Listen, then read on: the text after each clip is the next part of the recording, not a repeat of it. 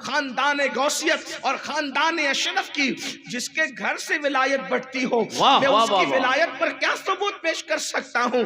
لیکن اللہ اکبر، آج ہر ننگے دھڑنگے کو بھی ولی مانا جاتا ہے۔ اللہ اکبر، اسی طریقے سے جھوٹی شہرتیں کر دی جاتی ہے، الگ الگ معاملات کر دیے جاتے ہیں، لیکن سرکار غوث اعظم فرماتے ہیں ولی کی 12 صفتیں ہوتی ہے، ولی کے اندر 12 صفتیں ہوتی ہے۔ اگر ولی پہچاننا ہو تو آپ امامے کے پیچ و خم سے نہیں پہچان سکتے، جبوں کی خوبصورتی سے نہیں پہچان سکتے، ولایت کو پہچاننا ہو تو ہاتھ میں تسبیح اور بغل میں مصلی سے بھی نہیں پہچان سکتے، بلکہ غوثیت مآب رضی اللہ تعالیٰ عنہ اپنے ملفوظات میں ولی کی 12 صفتیں بیان فرماتے ہیں، اور ان 12 صفتوں میں ہم شیخ اعظم کی زندگی کا جائزہ لیں گے۔ کیا یہ 12 صفتیں میں، یہ 12 صفتوں میں حضور شیخ اعظم کی زندگی کا کوئی گوشہ ملتا ہے؟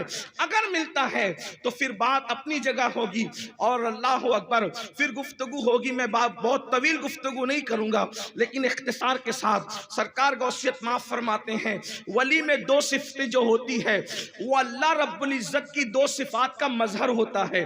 ولی اللہ کی 2 صفات کا مظہر ہوتا ہے، رسول اللہ کی 2 صفات کا مظہر ہوتا ہے، صدیق اکبر کی 2 صفات کا مظہر ہوتا ہے، فاروق اعظم کی 2 صفات کا مظہر ہوتا ہے، عثمان غنی کی 2 صفات کا مظہر ہوتا ہے، مولا علی کی 2 صفات کا مظہر ہوتا ہے، یعنی 4 یاروں کی 2 صفات۔ اللہ اکبر، یہ 8 صفات ہو گئی، اور اس طریقے سے رسول اللہ کی 2 صفات 10 صفات ہو گئی، اسی طریقے سے جو ہے وہ اللہ رب العزت کی 2 صفات 12 صفات ہو گئی۔ اب آئیے شیخ اعظم کا جائزہ لیں گے، ان کی زندگی کے اندر یہ صفات ہے کہ نہیں۔ قدرت کی وہ 2 صفات کا مظہر ہوتا ہے، نمبر 1 صفت ستاری اور صفت غفاری کا وہ مظہر ہوتا ہے۔ واللہ تاللہ باللہ، مریدوں کو دیکھ کر کے گفتگو کا عنوان بدلنے کو میں نفاق سمجھتا ہوں۔ خاندان سرکار کلاں کی 4 پشتیں میں نے اپنی چھوٹی سی عمر میں دیکھی ہے۔ میں نے حضور سرکار کلاں کی بھی زیارت کی ہے، حضور شیخ اعظم کی بھی زیارت کی ہے، حضور محمود میاں کی بھی زیارت کر رہا ہوں، اور ان کے شہزادے حامد میاں کو بھی ہم ان کی زیارت کر رہے ہیں۔ یعنی اتنی مختصر سی عمر میں اللہ نے ہمیں سرکار اشرف کے خانوادے کی 4 پشتوں کو دکھایا، زیارت کرایا۔ لیکن پھر کہتا ہوں انتہائی انصاف کے ساتھ گفتگو کروں گا، اس کی وجہ یہ ہے یہ منبر بڑا ذمہ دار منبر ہے۔ کیوں؟ اگر ہم مخلوق کی خوشی کے لیے کچھ کہہ دیں تو مخلوق تو خوش ہو کر چلی جائے گی، مگر خالق ناراض ہو جائے گا، اور مخلوق کو خوش کرنے کے لیے خالق کو ناراض کرنا یہ کسی طرح کی دانش مندی نہیں ہے۔ اللہ اکبر، صفت ستاری اور صفت غفاری کا وہ مظہر ہوتا ہے جو اللہ کا ولی ہوتا ہے۔ صفت ستاری کیا مطلب؟ جس کے عیب دیکھیں اس کے عیب کو چھپا دیں۔ آپ دیکھیں ماں بھی اگر عیب دیکھے بیٹے کے تو وہ کم سے کم اس کے باپ کو ضرور بتاتی ہے، بھائیوں کو ضرور بتاتی ہے، مگر میرا اللہ کتنا ستار ہے۔ بندے جرائم کرتا ہے، قدرت پردے ڈالتی ہے، بندے جرائم کرتے ہیں، قدرت پردے ڈالتی ہے۔ شان ستاری کا عالم کیا ہے؟ اللہ اکبر، بڑی معذرت کے ساتھ مسلمانوں، اگر اللہ ہمارے عیبوں پہ پردے نہ ڈالے تو نہ وہاں آپ بیٹھنے کے قابل ہوں، نہ یہاں ہم بیٹھنے کے قابل ہوں۔ یہ شان ستاری ہی تو ہے۔ انسان جرائم کرتا جاتا ہے اور اس کے بعد قدرت پردے ڈالتی جاتی ہے۔ اللہ اکبر، اس وقت تک پردے نہیں اٹھائے جاتے جب تک کہ انسان گناہ کرنے کا عادی ہو کر اس پہ دلیر نہ ہو جائے۔ مثال کے طور پر فاروق اعظم رضی اللہ تعالیٰ کے دور میں ایک شخص چوری کرتے پکڑا گیا، اور جب چوری کرتے پکڑا گیا تو آپ نے فرمایا اس کے ہاتھ کاٹ دو۔ اس نے ہاتھ جوڑ کے کہا سرکار پہلی مرتبہ کر کے پکڑا گیا ہوں۔ آپ فرماتے اللہ کی قسم تو نے پہلی بار چوری نہیں کی بلکہ تو عادی ہوا اس کے بعد ہی پکڑایا۔ اس نے کہا میں نے پہلی بار کی۔ فرمایا میں نہیں مانتا، لیکن جب تحقیق کی گئی تو پتا چلا وہ پہلی چوری نہیں تھی بلکہ وہ چوری کا عادی ہو گیا تھا۔ لوگوں نے کہا امیر المومنین اتنے یقین سے خدا کی قسم کیوں کھائی جب آپ کو پتا نہیں تھا؟ فرمایا واللہ میرا رب اتنا بڑا ستار ہے کہ پہلی مرتبہ جرم پہ کسی کو پکڑاتا نہیں ہے جب تک انسان جرم کرنے کا عادی نہ ہو جائے اور اس پر دلیر نہ ہو جائے۔ اللہ اکبر، یہ صفت ستاری ہے، اور اللہ جس کو اپنا ولی بناتا ہے اس کے اندر اس صفت ستاری کا کچھ حصہ عطا فرماتا ہے، یعنی وہ لوگوں کے عیبوں کو کریکتا نہیں ہے بلکہ عیبوں پہ پردے ڈالتا ہے۔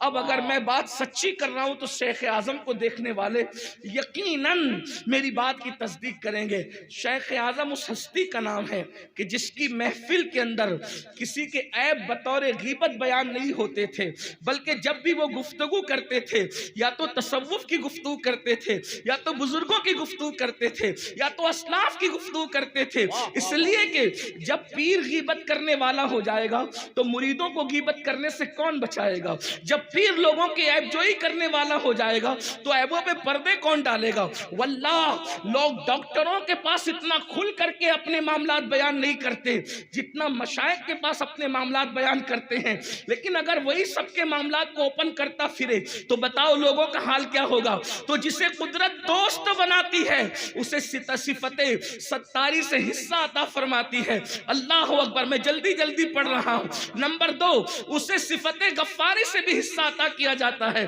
یعنی معاف کرنا۔ اللہ اکبر، میں کوئی واللہ مردہ جو گڑ چکا ہے اس کو اٹھانا نہیں چاہتا، لیکن جو لوگوں نے حضور سرکار کلا کے وصال کے بعد کے حالات دیکھے ہیں وہ اس بات پر گواہ ہیں کن حالات سے شیخ اعظم گزرے ہیں۔ اللہ اکبر، جو خود کہتا ہے کہ غموں میں روتے ہوئے میرے آنسو مثل نیر ہو گئے ہیں۔ اللہ اکبر، مخدوم سمنا رحمت اللہ علیہ کی نیر سے اپنی آنسوؤں کو جو تشبیہ دیتا ہے، مگر واللہ جس وقت ستانے والوں نے معافی کی طلب کی ہے حضور شیخ اعظم نے اپنے نانا جان مصطفیٰ جان رحمت صلی اللہ علیہ وآلہ وسلم کے طریقے پر چلتے ہوئے آپ نے صمیم قلب کے ساتھ، کھلے دل کے ساتھ لوگوں کو معاف کر کے بتا دیا کہ صفت غفاری سے بھی اللہ نے آپ کو حصہ نصیب فرمایا ہے اور آپ نے معاف کیا ہے۔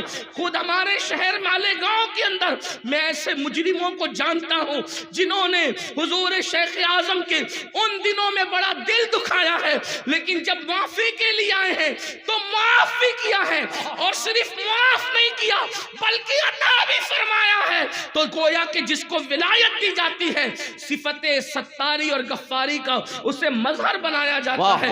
یہ حال ہے۔ اللہ اکبر، آپ اندازہ فرمائیں معاف کرنے کا طریقہ۔ ایک مرتبہ میں خود حضور شیخ اعظم کی محفل میں موجود تھا۔ میری عمر اس وقت زیادہ نہیں تھی، لیکن میری قوت حافظہ جہاں تک میری رہنمائی کر رہی ہے میں بالکل جو ہے اگر صحیح کہہ رہا ہوں کہ اپنی قوت حافظہ کی بنیاد پر، تو ایک بات آپ کو بتاتا ہوں ان کی سوچ کیا تھی۔ حضور شیخ اعظم کے ساتھ کچھ لوگ بیٹھ کر کے حالات کا رونا رو رہے تھے، اس لیے کہ کچھ لوگ کی عادت ہے کہ وہ اپنے بزرگوں کے درمیان حالات کا ایسا رونا روتے ہیں اسٹیج پر جانے سے پہلے، تاکہ ممبر پر جانے کے بعد انسان اپنی بولی بولنے کی بجائے بولے ہوئے لوگوں کی بولی بولے۔ لیکن ایک جملہ آپ کو کہہ دوں، شیخ اعظم کی بارگاہ میں کام کرنے والوں کی قدر تھی، کان بھرنے والوں کی قدر نہیں تھی۔ حضور شیخ اعظم اللہ کے اس برگزیدہ بندے کا نام ہے۔ اللہ اکبر، آپ پر کو جب شکایت کی گئی تو آپ نے فرمایا کہ آپ کا مخصوص انداز تھا، ہاتھ اٹھاتے تھے اور وہ خوبصورت ہاتھ، نکیلی انگلیاں، اور کبھی کبھی ان انگلیوں کے پوروں کے اوپر پان کے ہلکے سے نشانات، اور چہرہ اللہ اکبر ایسا کھلا ہوا یوں لگتا تھا جیسے کسی جھیل کے اندر ابھی ابھی کمل نے مسکرایا ہو، اتنا خوبصورت سا چہرہ۔ اور یہ بات انسان جو ہے بالکل شرح صدر کے ساتھ کہہ سکے کہ لوگ مولا علی کے بارے میں کہتے ہیں کہ وہ بہت زیادہ خوبصورت تو نہیں تھے، ہمارے شہر میں بھی کسی نے بکا تھا تو میں نے کہا تھا کم سے کم ان کی نسل ہی کو دیکھ لیتے، جب 1400 سال کے بعد حسن کا یہ عالم ہے تو اللہ اکبر مولا کائنات کے حسن کا عالم کیا ہوگا۔ اندازہ فرمائے، بڑا حسین سا چہرہ، اور پان کھانے کی وجہ سے وہ لال سے ہونٹ سرکار مخدوم اشرف جہانگیر سمنانی کے ہونٹوں کی یاد تازہ کرتے ہیں۔ مخدوم علامہ شرف الدین یحییٰ منیری نے جس وقت مخدوم پاک رحمت اللہ علیہ کی صفات بیان کی تھی اس میں سے صحیح النسب حسینی سید کے ساتھ ساتھ یہ بھی کہا وہ اتنا خوبصورت ہوگا کہ اس کے حسن کی وجہ اس کے داڑھی کے اوپر بھی ظاہر ہوگی اور اس کے ہونٹوں سے پان کے اثرات ظاہر ہوں گے. یہ بات آپ کی زندگی میں ہے. حضور شیخ اعظم وہ مخصوص انداز میں جو ہے ہونٹوں کی لالی اور پھر ہاتھوں کا وہ انداز اور پھر زبان میں ایک ہلکی سی مخصوص سی لکنت اور وہ گفتگو کے مزے کو مزید دوبالا کر دیتی تھی اور کان میں رس کھولنے لگتی تھی. ان کے والد بزرگوار کی آواز کی یاد تازہ کر دیتی تھی, انداز تازہ کر دیتی تھی. تو آپ نے لوگوں سے فرمایا تم میری طرح کیوں نہیں بن جاتے؟ تو کہا حضور مطلب کیا؟ کہا جب لوگ مجھے ستانے لگتے ہیں تو میں ان کا جواب دینے کی بجائے میں اپنے آپ کو کسی نہ کسی کام میں بزی کر دیتا ہوں, کسی نہ کسی کام میں مصروف کر لیتا ہوں تاکہ مجھے لوگوں کو جواب نہ دینا پڑے. اور پھر فرمایا کہ میں تو دشمنوں کی طرف توجہ نہیں کرتا, وہ مخصوص لہجے میں نہیں بول سکوں گا, وہ بڑا خوبصورت میرے دل و دماغ پہ وہ جملے اب بھی نقش ہے اور ہم اس کو بھی مشعل راہ بنائے ہوئے ہیں. آپ نے فرمایا بڑوں کی صحبت میں بیٹھنے سے یہی ہوتا ہے, یاد رکھنا کتابیں علم بڑھا سکتی ہے, زندگیاں نہیں بدل سکتی, زندگیاں تو صحبتیں بدلا کرتی ہے. اس لیے جب بھی کوئی صاحب دل مل جائے تو چند لمحے اس کے قدموں میں بیٹھنے کی کوشش کرو, کس لیے کہ عارف رومی نے کہا ہے یک صاحب صحبت با اولیاء بہتر صد سالہ طاعت بیریا. اللہ اللہ, کسی صاحب دل کی صحبت میں بیٹھنے سے وہ ملتا ہے جو مہینوں سالوں برسوں محنت کرنے سے نہیں ملتا. اللہ اکبر. آپ نے فرمایا میں تو رابعہ بصری کی طرح ہوں, دشمنوں پہ توجہ ہی نہیں کرتا. تو لوگوں نے پوچھا حضور مطلب کیا؟ فرمایا جب رابعہ بہت عبادت کرتی تھی تو کسی نے کہا رابعہ مائی جب تو اتنی عبادت کرتی ہے تو دشمن تو تجھے بہت ستاتے ہیں, تو شیطان تو تجھے بہت ستاتا ہوگا, شیطان تو تجھے تکلیف پہنچاتا ہوگا, شیطان تو تجھے ہر جگہ پر پریشان کرنے کی کوشش کرتا ہوگا. تو رابعہ نے جواب دیا, کہا کہ مجھے یار کی یاری سے فرصت نہیں ہے, دشمن کے لیے میں وقت کہاں سے لاؤں؟ ہمارے پاس تو دشمنوں کے لیے نعرہ تکبیر. فرماتے واہ واہ شیخ اعظم فرماتے مجھے کام سے فرصت نہیں ہے, میں مخالفین کے لیے وقت کہاں سے. آپ اندازہ فرمائے ایسا مرشد اللہ تعالیٰ نے آپ کو عطا فرمایا جسے شیخ اعظم واقعی وہ شیخ اعظم واقعی شیخ اعظم تھے. دو صفتیں رسول اللہ کی, وہ حضور کی صفات کا مظہر. حضور کی دو صفتیں کیا؟ حضور امت کے لیے رفیق بھی ہیں اور شفیق بھی ہیں. حضور غوث پاک, رفیق کا مطلب ہوتا ہے دوست اور شفیق کا مطلب ہوتا ہے شفقت کرنے والا, پیار کرنے والا. میں واللہ لازم کہہ رہا ہوں, زیادہ قسمیں کھانا بھی اچھی بات نہیں, لیکن عنوان نازک ہے. کسی کو بھی ٹارگٹ کر کے تقریر کرنے کو میں غیبت سمجھتا ہوں اور غیبت زنا سے بدتر ہے. لیکن اگر دائیں بائیں الفاظ کے تیر چلے جائیں تو اگر میں شراب کے خلاف تقریر کروں اور کوئی کہے کہ یہ کس کو بلا لیا تھا مالیگاؤں سے کہ وہ ہمارے خلاف بول رہا تھا, میرے عزیز مجھے تو پتہ بھی نہیں کہ آپ شراب پیتے ہیں, مجھے پتہ بھی نہیں کہ آپ جوا کھیلتے. اگر تیر آپ تک پہنچے تو میں کیا کر سکتا ہوں؟ تو بڑی معذرت کے ساتھ پھر کہہ رہا ہوں, آپ دھیان میں مت لائیے گا. ٹارگٹ کر کے تقریر کرنے کو غیبت سمجھتے ہیں ہم, اور غیبت زنا سے بدتر ہے. یہ منبر اتنا مقدس اس لیے نہیں ہے کہ آ کے کسی کی غیبت کر جائیں, اور یہ بھی آپ کو کہہ دوں کوئی اتنا قیمتی بھی نہیں ہے کہ ہم اس کی غیبت کریں. امام حسن بصری فرماتے ہیں کہ اگر میں کسی کی غیبت کرتا تو اپنے ماں باپ کی کرتا. توجہ ہے آپ کی؟ اگر میں کسی کی غیبت کرتا تو اپنے ماں باپ کی کرتا. کیوں؟ اس کی وجہ یہ ہے کہ جب کوئی کسی کی غیبت کرتا ہے تو اپنی نیکیاں اس کے نام اعمال میں ٹرانسفر کرتا ہے اور اس کے گناہ اپنے نام اعمال میں لیتا ہے. تو بھئی اگر یہ کام ہی کرنا, اپنی نیکیاں کسی کو ٹرانسفر ہی کرنا ہے, تو میں اپنے ماں باپ کو کیوں نہ دوں؟ لیکن چونکہ غیبت حرام ہے, ماں باپ کی بھی نہیں کر سکتے, اس لیے نہیں کرتے. تو توجہ فرمائیں, رفیق اور شفیق ہوتا ہے وہ مرشد ولی اپنی قوم پر, اس طرح جیسے اللہ کے رسول رفیق اور شفیق تھے امت کے لیے. مطلب کیا؟ حضور کی رفاقت کا انداز کیا تھا؟ اگر مدینہ منورہ کے ننھے بچے حضور کا ہاتھ پکڑ کے کہتے یا رسول اللہ ہمارے گھر چلیے اور کھانا کھا لیجئے, اگر اللہ کے رسول کو بھوک لگی ہوتی تو اللہ کے رسول یہ نہیں دیکھتے کہ کسی کا جھوپڑا ہے یا کسی کا محل ہے. حضور کو جس نے بلایا, رفاقت کا عالم یہ تھا, رفاقت کا عالم یہ تھا، جس نے آواز دی حضور پہنچ گئے۔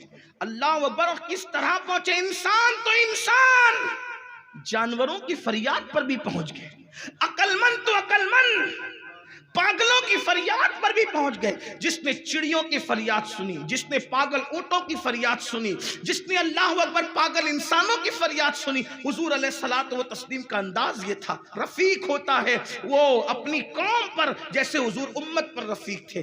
بڑی معذرت کے ساتھ آج تو ہم نے امیری اور غریبی میں جنازے بھی بانٹ دیے، امیری غریبی میں جنازے بھی بانٹ دیے، شادیاں بھی امیری غریبی میں بانٹ دی۔ بڑی معذرت کے ساتھ اگر کلکتہ کا کوئی مرید بیمار ہے اور مالدار ہے تو ہزاروں کلومیٹر سے سفر جو ہے وہ فون چلا جائے گا، حاجی صاحب آپ خیریت سے تو ہیں؟ لیکن اگر گلی کا مرید مر گیا ہے تو اس کے جنازے میں شرکت کے لیے وقت نہیں۔ کیوں؟ اس لیے کہ ہم نے امیری اور غریبی میں جنازوں کو، شادیوں کو تقسیم کر دیا ہے۔ مگر اللہ کے رسول علیہ السلام کا یہ حال نہیں تھا۔ حضور کی شان یہ تھی، اگر پتا چلا کہ ابو جہل بیمار ہے، دشمن ہے، جان کا دشمن ہے، حضور اس کی بھی عیادت کے لیے جاتے ہیں۔ اللہ کے رسول کو پتا چلتا ہے کوئی یہودی بیمار ہے، اس کی بھی عیادت کے لیے جاتے ہیں۔ اگر کوئی غریب ہے، حضور اس کے یہاں بھی تشریف لے جاتے ہیں۔ کوئی امیر ہے، اس کے یہاں بھی تشریف لے جاتے ہیں۔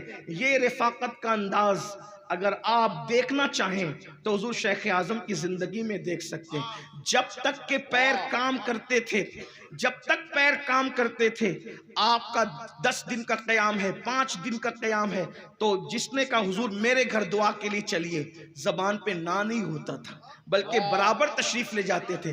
اس لیے کہ امیری غریبی وہ دیکھتا ہے میرے عزیز جس کی نظر پیسوں پہ ہوتی ہے، اور جس کی نظر یار کی رضا پر ہوتی ہے اس کے لیے امیر اور غریب تو یکساں ہوتے ہیں۔ ابھی آپ نے سنا حضرت سے کہ جس کی کوئی پراپرٹی نہیں، جس کا کوئی جو ہے وہ بینک بیلنس نہیں بڑھ چڑھ کر کے، اور اب بچوں کو آبائی مکان صرف وراثت میں ملتا ہے، شیخ اعظم اس بادشاہ کے عظیم سپوت تھے جس نے ٹھکرایا تھا تخت و تاج کو خدا کی محبت میں۔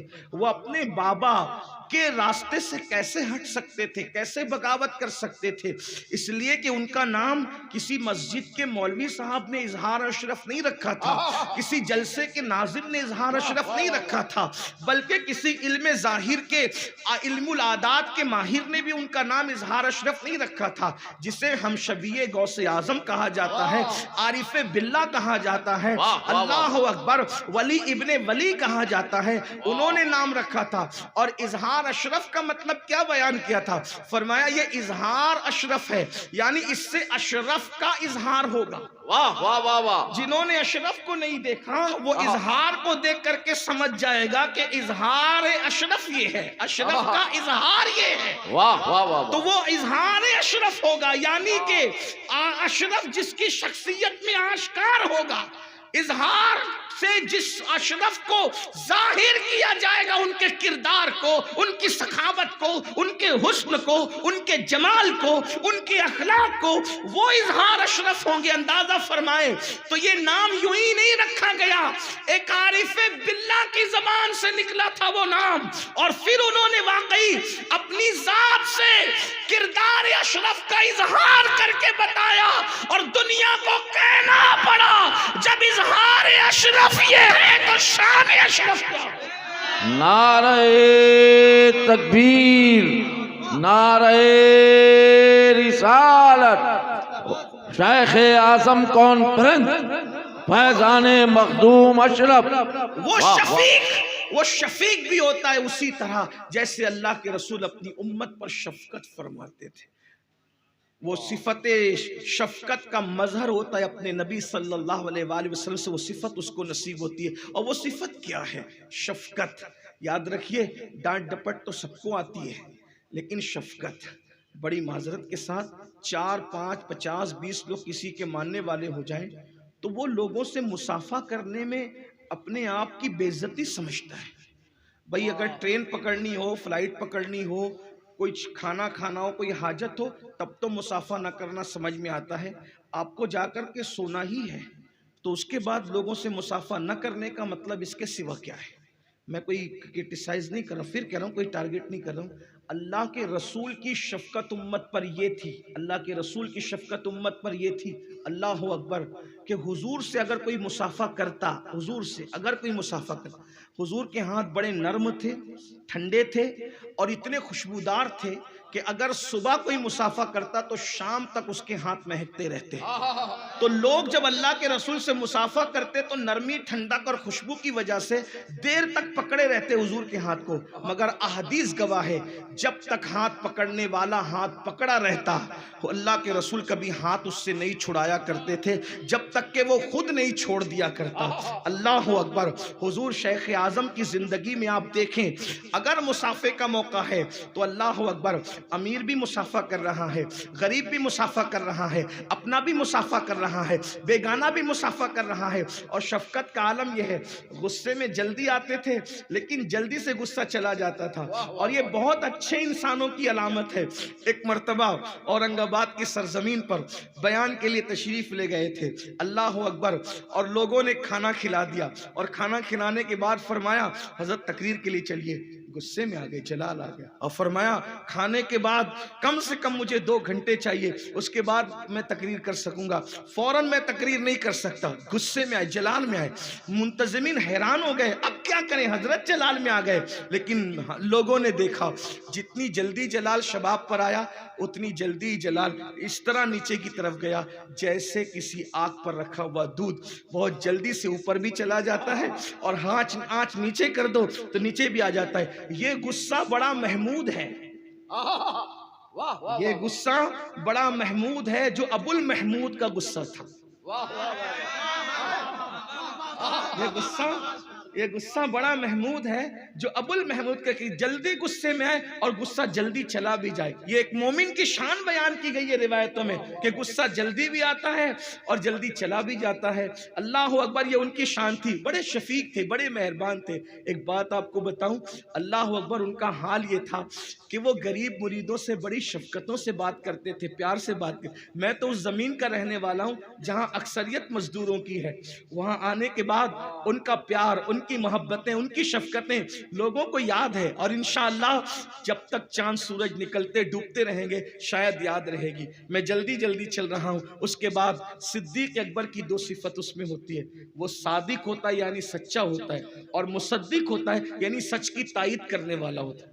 وہ سچا بھی ہوتا ہے اور سچ کی یعنی اللہ والا کبھی جھوٹا نہیں ہوتا، وہ جھوٹی بکواسیں نہیں کرتا. حضور شیخ اعظم کی زندگی کو آپ دیکھیں، اللہ اکبر، سچائی قدم قدم پر آپ دیکھیں گے، صداقت قدم قدم پر آپ دیکھیں گے. اور اس کے بعد اگر کسی نے کوئی سچ بات کہہ دی تو آپ غرور کی وجہ سے، گھمنڈ کی وجہ سے آپ نے کبھی انکار نہ فرمایا بلکہ آپ نے اس کی تصدیق فرمائی. اس کے بعد فاروق اعظم کی 2 صفات ہوتی ہے. کیا؟ امر بالمعروف نہیں انل منکر. وہ نیکی کا حکم دیتا ہے اور برائی سے روکتا ہے. یہ 2 صفتیں اس کے اندر ہوتی ہیں. واللہ آج حالات یہ ہیں، اگر سونے کی انگوٹھی کسی مالدار کے ہاتھ میں ہے تو چشم پوشی کر لی جاتی ہے، اور اگر اللہ اکبر کسی غریب نے ہلکی سی بھی کوئی بات مزاج کے خلاف کی تو اس کی پوری نظر اتار لی جاتی ہے. یہ حالات ہوتے ہیں. مگر حضور شیخ اعظم کے اندر یہ بات تھی، جب بھی کوئی بات کسی میں دیکھی تو امر بالمعروف کے تحت اللہ اکبر نیکی کا حکم دے دیا، یا پھر برائی دیکھی تو برائی سے روک دیا. ایک مرتبہ جو ہے اللہ اکبر، ایک نکاح میں حضرت کے ساتھ مالیگاؤں میں شریک تھا، اور اس کے بعد جو ہے حضرت سے جب کسی نے، حضرت نے فرمایا مہر کیا ہے، مہر کیا ہے؟ تو حضرت سے کسی نے کہا حضرت آپ ہی مقرر کر دی. حضرت نے اس کو اتنی بری طرح ڈانٹ کر کے فرمایا یہ حق دلہن کا ہے ظالم، یہ بھی آپ مجھے دے دینا چاہتے ہیں؟ آپ نے فرمایا امر بالمعروف اور نہی عن المنکر کا انداز دیکھیں. فرمایا یہ دلہن کا حق ہے، تم وہ بھی مجھے دے دینا چاہتے ہو؟ اس کے بعد میں جا اور پوچھ کر کے آ، اس لیے کہ یہ حق اللہ اور رسول نے عورتوں کو عطا فرمایا. امر بالمعروف کا انداز دیکھیں، اللہ اکبر، نہیں عن المنکر کا انداز دیکھیں. اس کے بعد پھر 2 صفتیں عثمان غنی کی ہوتی ہے. نمبر 1 تو یہ سخاوت، وہ دن کو سخاوت کرتا ہے اور رات کو عبادت کرتا ہے. اللہ اکبر، میرے آقا علیہ السلام کے پیارے دیوانوں، پتہ چلا ولی لوٹنے والا نہیں ہوتا، لٹانے والا ہوا کرتا ہے، مانگنے والا نہیں ہوتا، دینے والا ہوا کرتا ہے۔ اور یاد رکھنا، مانگتے وہ ہیں جسے یار کا پتہ نہیں ملتا، ورنہ جسے یار کا پتہ مل جائے پھر اس کی شان یہ ہوتی ہے، دو عالم سے کرتی ہے بیگانہ دل کو عجب چیز ہے لذت آشنائی، شہادت ہے مطلوب مقصود مومن، نہ مال غنیمت نہ کشور کشائی۔ اللہ اکبر، وہ سخی ہوتا ہے، سخاوت کرتا ہے۔ اللہ اللہ، اندازہ فرمائیں کہ سخاوت کا عالم کیا ہے۔ کبھی مدرسے کے بچوں پہ سخاوت کرنے اس انداز سے کہ کوئی چیز منگانی ہے تو کوئی چیز منگا لی، اور اس کے بعد بچے ہوئے پیسے بچوں سے کہہ دیا کہ بابو تم رکھ لو۔ اللہ اکبر، اندازہ فرمائیں کہ کیا انداز ہے، دیا بھی جا رہا ہے، عزت نفس کا خیال بھی رکھا جا رہا ہے۔ میرے آقا علیہ الصلوۃ والتسلیم کے پیارے دیوانوں، جامعہ اشرف کے بچے جو اس دور میں حضرت کے زمانے میں پڑھتے تھے وہی میری اس بات کی تصدیق کریں گے کہ کوئی چیز منگائی ہے، پیسے بچ گئے ہیں تو کہا کہ بابو تم رکھ لو۔ سخاوت کا انداز دیکھیں میرے آقا علیہ الصلوۃ والتسلیم کے پیارے دیوانوں۔ اور پھر رات کی عبادت، یہ معاملہ تو اللہ اکبر ان کے گھر والے بہتر بتا سکتے ہیں، لیکن میں نے تو نہیں دیکھا وہ کیفیت، مگر مجھے ایک اندازہ ضرور ہے جس سے میں اندازہ کر سکتا ہوں۔ نہ میں کوئی مفکر ہوں نہ کوئی دور اندیش انسان، لیکن میں اندازہ کر سکتا ہوں۔ مثنوی شریف کو انہوں نے جو ترجمانی کا لباس پہنایا ہے، رات کی تاریکیوں میں سوزے دل نہ رکھنے والا وہ لباس پہنا ہی نہیں سکتا۔ اگر مثنوی شریف کو، اس لیے کہ اکثر اللہ والے مثنوی کو رات ہی میں پڑھا کرتے ہیں، مصلی پر آنسو گرا کرتے ہیں، اللہ اکبر، ان کی راتیں میں نے تو نہیں دیکھی، اس لیے میں اس پر کچھ نہیں کہہ سکتا۔ البتہ اتنا ضرور کہوں گا کہ شیخ اعظم وہ ہستی ہے، ویل چیئر پر جانے کے بعد بھی کبھی ان کی نماز ترک نہیں ہوئی، انہوں نے نماز ترک نہیں فرمائی۔ اسی طریقے سے حالت سفر میں بھی کبھی گاڑیاں روک کر، کبھی ٹرینوں میں انہوں نے برابر نماز ادا فرمائی ہے۔ لیکن یہاں بہت دکھ کے ساتھ اتنا ضرور کہہ دینا چاہتا ہوں، آج شیخ اعظم نبی کے شہزادے ہو کے، مخدوم اشرف کے جانشین ہو کے، سرکار کلا کے شہزادے ہو کے ایک وقت کی نماز بھی ترک نہیں کرتے، یہ سوچ کر کہ میں بڑے باپ کا بیٹا ہوں، میرا والد سرکار کلا ہے، میرا دادا اعلیٰ حضرت اشرفی میاں ہے، اور میرا پردادا اللہ اکبر اوپر جا کر کے حضرت عبد الرزاق نور العین ہے، مخدوم سمنا ہے، غوث اعظم ہے، جنہوں نے چوروں کو قطبیت عطا فرمائی، مگر اس کے بعد بھی وہ نماز ترک نہیں کرتے۔ کیوں؟ اس لیے کہ وہ جانتے تھے جو اللہ سے جتنی محبت کرے گا وہ عبادت میں اتنا آگے بڑھے گا۔ بڑی معذرت کے ساتھ آج ہم لوگ کیا کہتے ہیں، ہم تو شیخ اعظم کے مرید ہیں، جھوٹ بولیں گے تب بھی بخشے جائیں گے، نماز نہیں پڑھیں گے تب بھی بخشے جائیں گے، چوری کریں گے تب بھی بخشے جائیں گے۔ بڑی معذرت کے ساتھ اتنا اپنے آپ کو دھوکہ نہ دو، اتنا خود فریبی مبتلا نہ رہو۔ یاد رکھنا، نماز چھوڑ کر اگر یہ سوچتے ہو کہ جنت میں چلے جاؤ گے تو دوسری حدیث سن لو۔ اللہ کے رسول صلی اللہ علیہ وآلہ وسلم فرماتے ہیں کہ جو جان بوجھ کے نماز چھوڑ دے اس کا نام جہنم کے دروازے پہ لکھ دیا جاتا ہے۔ ایک دن میں 5 مرتبہ جس کا نام جہنم کے دروازے پہ لکھا جا رہا ہو۔ اور دوسری بات، آقا ارشاد فرماتے ہیں جو جان بوجھ کے نماز چھوڑ دے قیامت کے دن اس کے ساتھ میرا کوئی وعدہ نہیں ہے، وہ میرے ذمے سے باہر ہے۔ آپ سے پوچھتا ہوں، مجھے بتانا، سچ سچ بتانا، اگر تم اپنے باپ کے وفادار ہو تو تمہارا بابا جس سے ناراض ہے کیا تم اس سے راضی رہ سکتے ہو؟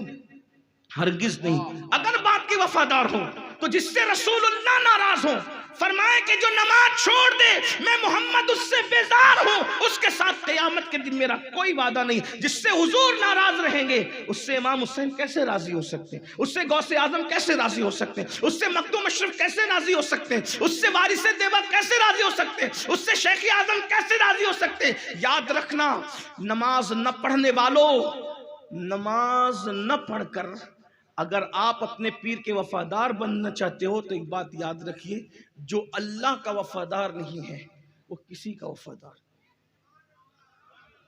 ہم مرید سے پہلے اللہ کے بندے ہیں، ہم ہر ڈگری سے پہلے اللہ کے بندے۔ میں کہتا ہوں مسلمان بہت کچھ بن چکا، کاش کہ وہ اللہ کا بندہ پہلے بنتا۔ ایک بات آپ سے کہوں، اگر شیخ اعظم ٹوپی کسی کو دیں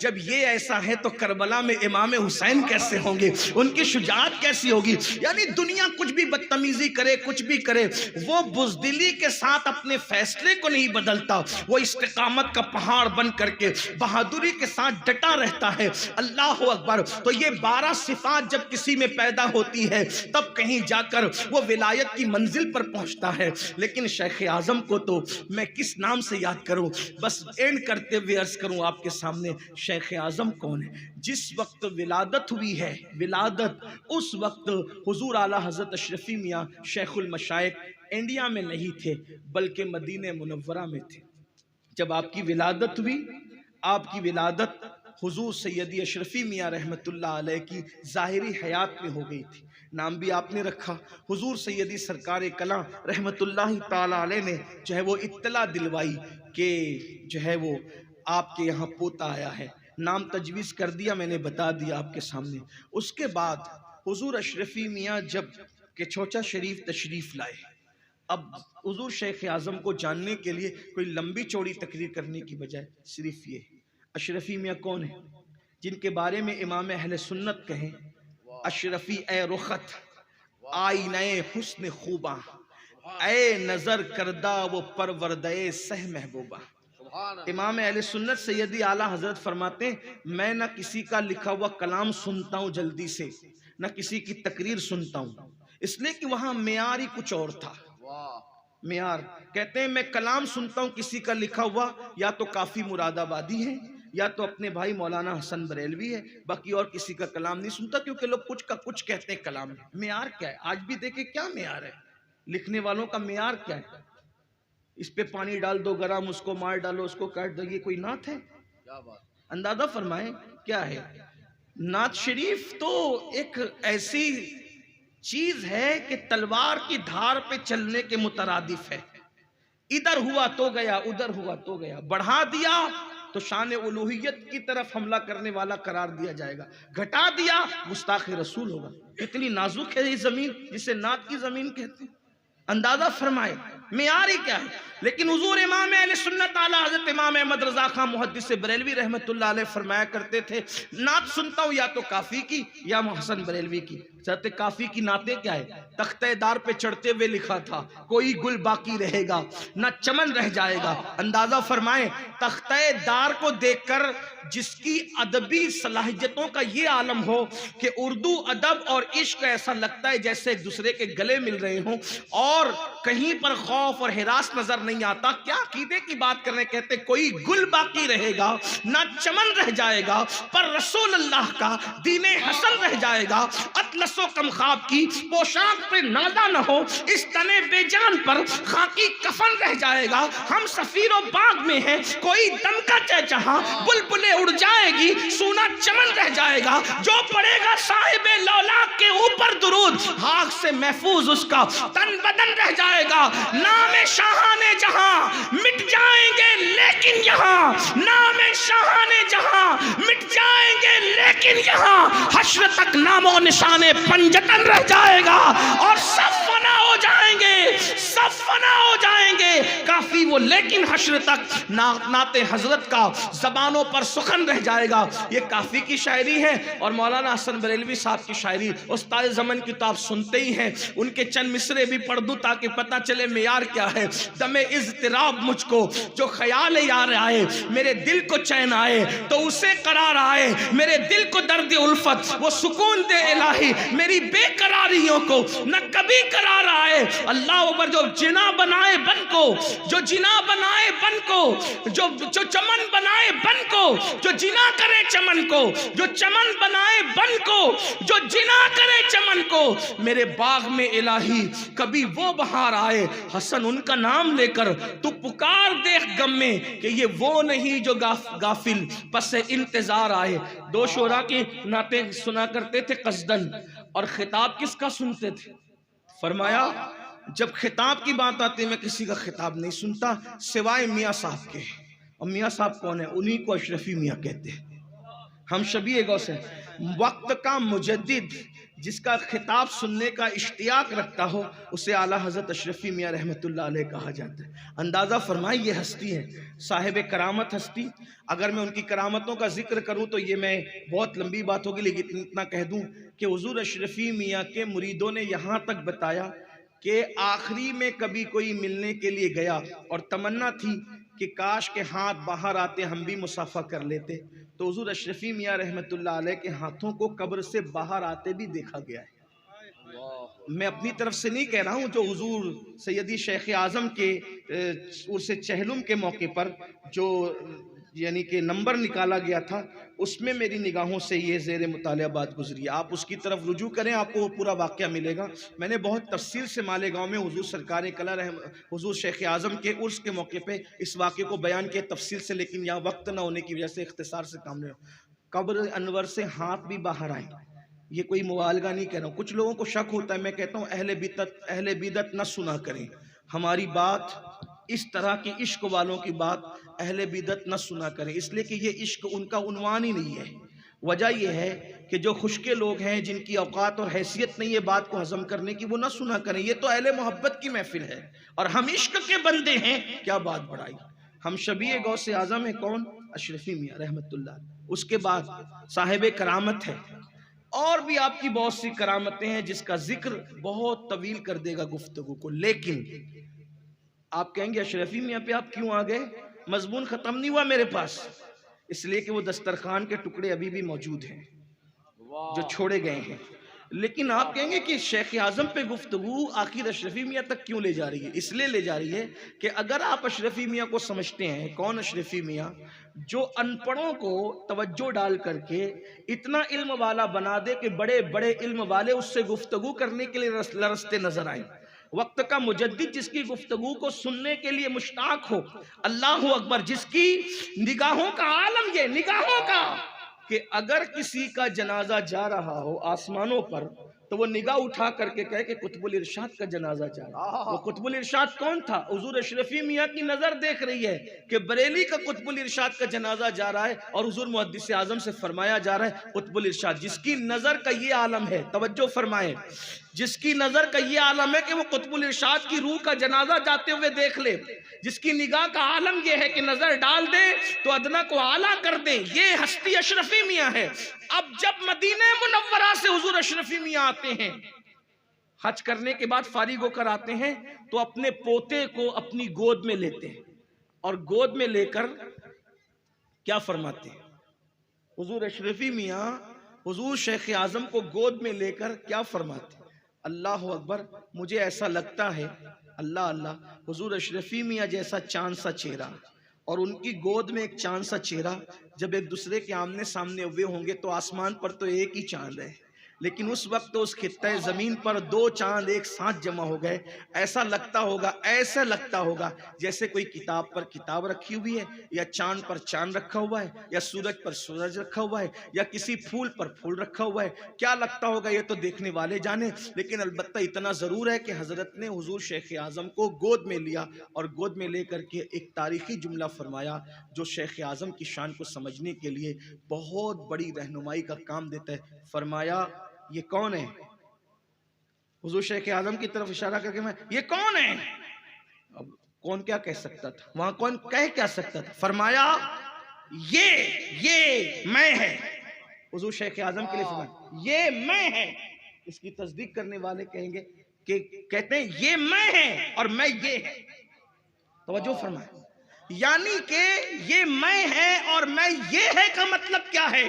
مطلب یہ ہے کہ جس نے مجھے نہیں دیکھا، اگر میری ولایت، میری کرامت، میری بزرگی، میرا تقوی، میری پرہیزگاری کا عکس جمیل دیکھنا ہے تو اظہار اشرف کو دیکھا کرے، اور جس نے اظہار اشرف کو دیکھا اس نے مجھے دیکھا، جس نے مجھے دیکھا ان کو دیکھا۔ واہ واہ واہ واہ، نعرہ تکبیر، نعرہ رسالت، شیخ اعظم کانفرنس حضرت علامہ سید امین القادری۔ روحانیت کی کس بلندی پر شیخ اعظم فائز ہوں گے؟ اشرفی میاں فرما رہے کہ یہ میں ہے اور میں یہ ہے، اور اسی کو کہا جاتا ہے کہ من تو شدم تو من شدی، واہ من تو شدم، یہ حضرت خسرو کہہ رہے ہیں، من تو شدم تو من شدی، من تن شدم تو جان شدی، تا کس نہ گوید بعد ازاں تو دیگرم من دیگری۔ یہ فلسفے کو حضور شیخ اعظم کے حوالے سے سرکار اشرفی میاں رحمۃ اللہ علیہ نے بیان فرمایا، بزرگ تو ہمارے بہت بڑے ہیں، کاش ہمیں بڑا بننے کی ضرورت ہے، ان کے نقش قدم پہ چل کے ہم ان کی کرامتوں کو بیان کر کے نعرے تو لگاتے ہیں لیکن ان کی استقامتوں کو اختیار کرنے کی کوشش نہیں کرتے۔